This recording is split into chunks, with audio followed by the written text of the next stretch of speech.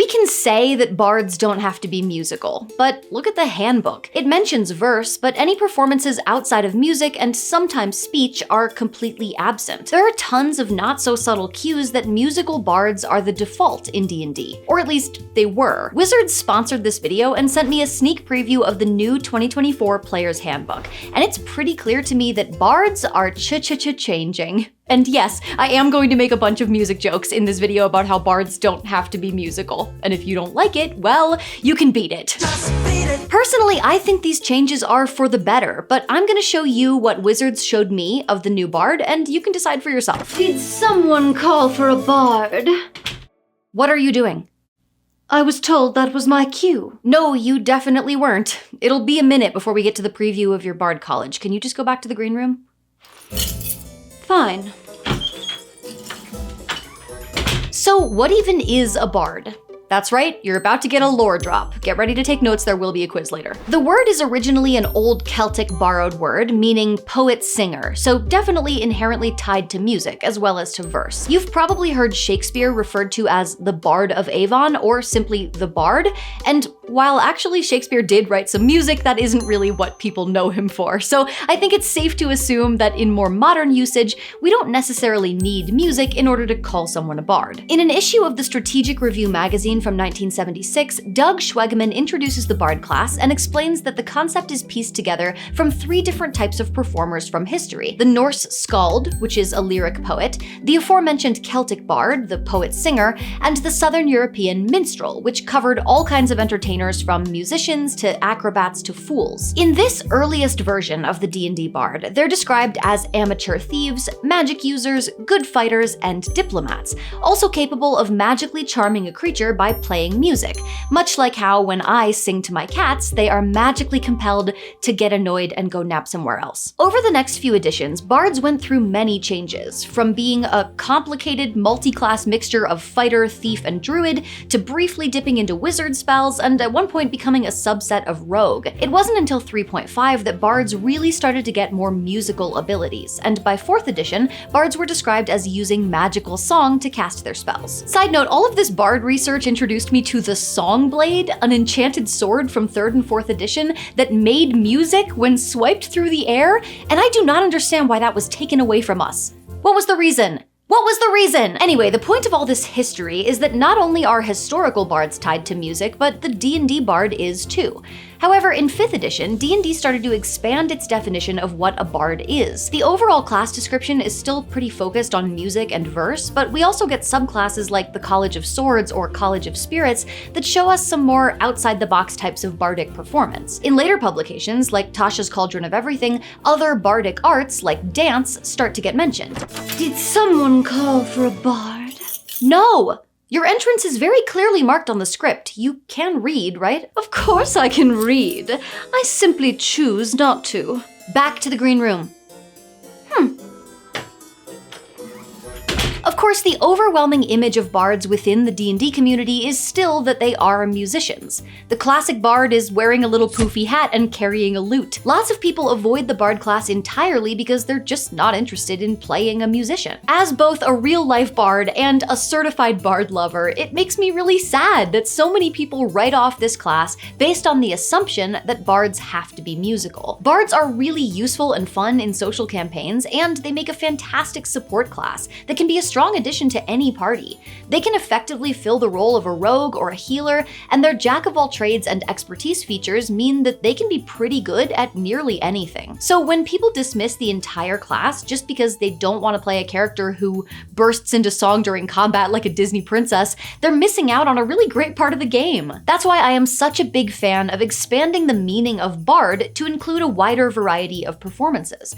And as much as 5th edition has taken baby steps towards doing that, the Player's Handbook still subtly reinforces the idea that musical bards are the norm. Playing a bard who juggles or dances or twirls a baton feels like re-skinning the class, like you're stepping outside of the intended gameplay. But I'm happy to report that the new bard is different. Bards in the 2024 Player's Handbook can still be musicians, obviously, but they don't have to be.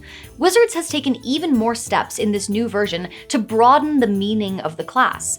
They're not just saying bards are varied, flexible performers, they're actually proving it in the descriptions and the mechanics of the class. Did someone? What is wrong with you? With me? Don't be so dramatic. This video is about me. Frankly, it's embarrassing you're hogging the spotlight like this. No one wants to work with a diva. Get out! In the 5th edition handbook, all 3 examples of bards in the intro are musical. One is humming, one is tuning a musical instrument, and even the rhythmic war chant is described as the magic of his song. When descriptions are occasionally expanded to non-musical performances, it's limited to spoken word only: poetry, oration, speech. Any other form of entertainment, like acrobatics or dance or theater or mime or comedy, isn't represented at all. For new players, or for players who have strict by-the-book dungeon masters, this might mean that bards are limited to casting their magic either through singing or speaking, but nothing else. When you compare that to the huge variety of flavors that can be applied to other classes, it can make the bard feel kind of one note. Pun intended. That's my secret, Cap. The pun is always intended. The 2024 rulebook takes a very different angle, though. The opening description refers to music, dance, and verse, and says that bards are masters of everything from music to magic to comedy. There's a sidebar about choosing your bard's repertoire, and it describes chanting, singing, performing monologues, dancing, and even naughty limericks. It encourages players to choose what type of artistic performance their bard might favor. Basically, it goes out of its way to repeatedly tell the reader that there are tons of equally valid ways for a bard to perform. And listen, if it sounds like I'm being pedantic about word choice, I mean, yes. Didn't I tell you I was a bard? But you can see this change reflected in the game mechanics too. You know how bardic inspiration is delivered through, quote, stirring words and music to someone who can hear you? Well, not anymore. Now it's delivered through words, music, or dance, and it can be given to someone who can hear or see you. The changes are pretty small, yes, but those small changes have a big impact on the overall feeling of the class. In 5th edition, bards are choir kids and band kids who might grudgingly accept a theater kid into their ranks for the novelty. But in 2024, bards are a whole variety show. And yes, 5th edition players can and do play bards who are dancers or acrobats or professional wrestlers, and they find creative ways to make features like bardic inspiration and Song of Rest work for their character. But when playing a non-musical bard feels like a deviation from the game's intention, there are also a lot of players who just won't do it. By updating the class description and features to embrace more types of bardic performance, the 2024 rulebook is making it easier for players to think more broadly about what a bard can be. And I don't think it's an exaggeration to say that these updates will make the class appeal to more people and result in more creative, unique bard characters at tables everywhere. The Bard College that Wizards gave me to share with you is a perfect example of this in action. It's called the College of Dance. I said it's called the College of Dance. Oh my God, where is she?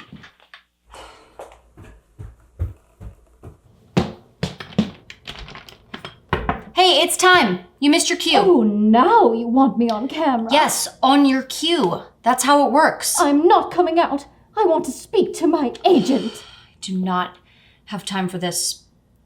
What if I put you on the thumbnail? The thumbnail? Okay. Blah, blah, blah. Perfect example of this in action. It's called the College of Dance. Did someone call for a bard?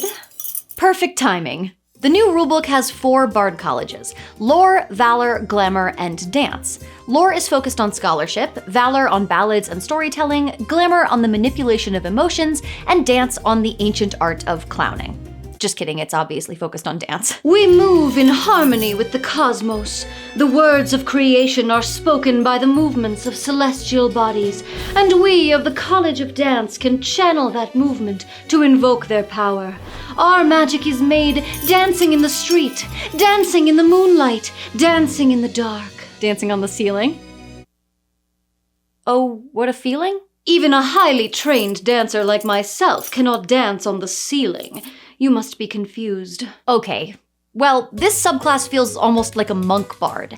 At level 3, when you first choose this college, you get unarmored defense, just like a monk does, as well as 2 features that beef up your unarmed strikes. Agile Strikes, which lets you make an unarmed strike anytime you expend a Bardic Inspiration die as part of that same action, and Bardic Damage, which lets you use Dexterity as your attack modifier for unarmed strikes and allows you to add a Bardic Inspiration die to your damage without expending that die. So if your Bardic Inspiration die is a d6, for example, then anytime you hit with an unarmed strike, you get to add a d6 to your damage. They also get a version of Evasion, where when you have to make a Dexterity saving throw, you take half damage on a failure and no damage on a success. But instead of getting it at level 7, like monks do, you get it later at level 14, and you can share the effects with any allies who are within 5 feet. The 2 level 6 features are also centered on movement. Inspiring Movement activates when an enemy enters your melee range, at which point you can use your reaction to spend a Bardic Inspiration die and immediately move up to half your speed without provoking opportunity attacks. Plus, you can choose an ally within 30 feet and they get the same benefit. Also at level 6 is Tandem Footwork, which lets you spend a Bardic Inspiration die when rolling initiative, and then add that number to initiative for both you and all your allies within 30 feet. Yes, I am a generous dance partner. Selfless, some might say. And so humble. Now, you could of course play pretty much any bard subclass with a dance flavor, but what's cool about this one is that it doesn't just allow for dance as a bardic art, but it centers it and uses it to create a really unique combat mechanic. Not only can this bard dance nimbly through a battlefield, ducking attacks and making graceful strikes along the way, but they can pull their allies into that dance too. This is the only bard college in the 2024 rulebook that's completely new, rather than a version of a previously released college.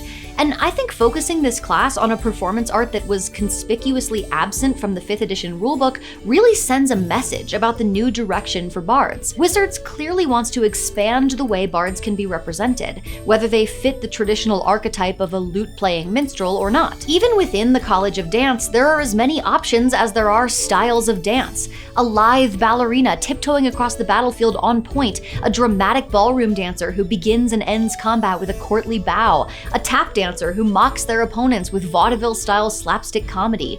Imagine a Warforged College of Dance bard who does the robot. How could you not love that? I don't know, that sounds a little gauche to me. Well, we can't all have taste. It's also worth noting that this subclass, as well as changing Bardic Inspiration to allow for a visual cue instead of just an audible one, allows players to seamlessly bring a lot of other physical performance styles into their gameplay, without having to tweak or homebrew game mechanics. The College of Dance can become a template for bards that entertain with acrobatics and tumbling, mime, puppetry, juggling, clowning, fire dancing, contortion. By opening the door to dance as a bardic art, they're actually opening the door to a long list of other visual types of performance. Yes, dance is capable of communicating a depth of emotion and meaning that verbal performance could never accomplish.